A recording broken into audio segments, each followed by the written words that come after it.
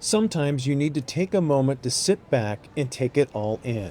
Every building has its own story, and it's just really, it's fun. Main Street St. Charles is one of those places to relax and absorb yourself in stories of our past. I feel like there are so many aspects of the country's history that can be traced back or at least have some semblance of themselves here in St. Charles.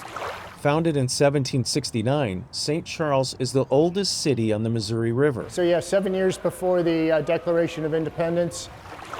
St. Charles is a living testament to the events that shaped a nation. The crowd waved at 3:30 in the afternoon and they took off. At the Lewis and Clark Museum, visitors can learn about the remarkable journey of 1804. It was the last outpost of Western civilization, and from here they went pretty well into the unknown.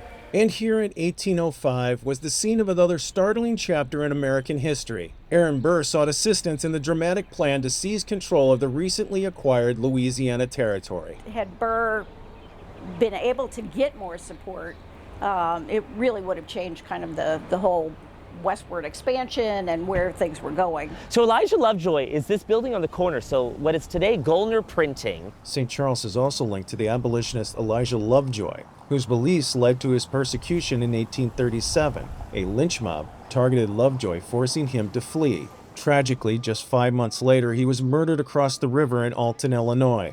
And so the killing of Elijah Lovejoy, the Dred Scott decision, Harriet Beecher Stowe's Uncle Tom's Cabin, collectively, these are all those early sparks that eventually would ignite the powder keg that was the Civil War. However, beneath the surface of this picturesque town lies a darker story. Behind Grandma's Cookies is the old church. There's like the first church that was here. The original church and its graveyard was relocated, but not all the remains were moved. It is considered as one of Missouri's most haunted spots. Our most notorious ghost that has been able to be tracked is the ghost of the famous mother-in-law. Her name was Catherine Becker, and she is still seen to this day in the window to the left of the front door.